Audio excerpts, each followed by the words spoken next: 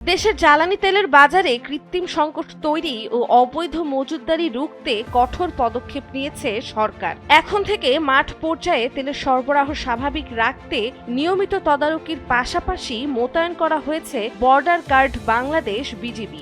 একই সঙ্গে প্রতিটি পেট্রোল পাম্পের কার্যক্রম সার্বক্ষণিক নজরদারিতে রাখতে নিয়োগ দেওয়া হচ্ছে বিশেষ ট্যাগ অফিসার। মধ্যপ্রাচ্যে যুদ্ধের কারণে জ্বালানি সংকট দেখা দেওয়ায় জ্বালানি ব্যবস্থাপনা কার্যক্রম তদারকি সমন্বয়ের লক্ষ্যে এ সিদ্ধান্ত হয়েছে বলে জানিয়েছে জ্বালানি ও খনিজ সম্পদ বিভাগ। স্বরাষ্ট্র মন্ত্রণালয়ের নির্দেশে বুধবার বিজিবি মোতায়েন করা হয় বলে বাহিনীর সদর দপ্তরের এক বার্তায় জানানো হয়। বিদ্যুৎ, জ্বালানি ও খনিজ সম্পদ মন্ত্রণালয় জানায়, দেশের প্রতিটি ফিলিং স্টেশনের জন্য একজন সরকারি কর্মকর্তাকে ট্যাগ অফিসার হিসেবে দায়িত্ব দেওয়া হবে। ট্যাগ অফিসাররা জ্বালানি ও খনিজ সম্পদ বিভাগ অথবা বিপিসি নির্ধারিত পদ্ধতিতে কাজ করবেন ও দৈনিক প্রতিবেদন দেবেন বলে জানানো হয়েছে।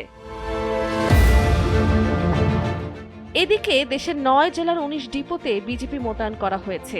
ইউনিট সদর থেকে দূরবর্তী স্থানে দায়িত্ব পালনের সুবিধার্থে নিরাপদ স্থানে অস্থায়ী বেস ক্যাম্প স্থাপন করে বিজিপি সদস্যরা দায়িত্ব পালন করছেন। সীমান্ত দিয়ে জ্বালানি তেল পাচার প্রতিরোধে অতিরিক্ত টহল পরিচালনা, নৌ টহল জোরদার, চেকপোস্ট স্থাপন করে তল্লাশি কার্যক্রম পরিচালনা এবং সীমান্তবর্তী অঞ্চলে গোয়েন্দা নজরদারি বাড়ানোর কথাও জানিয়েছে বিজিবি।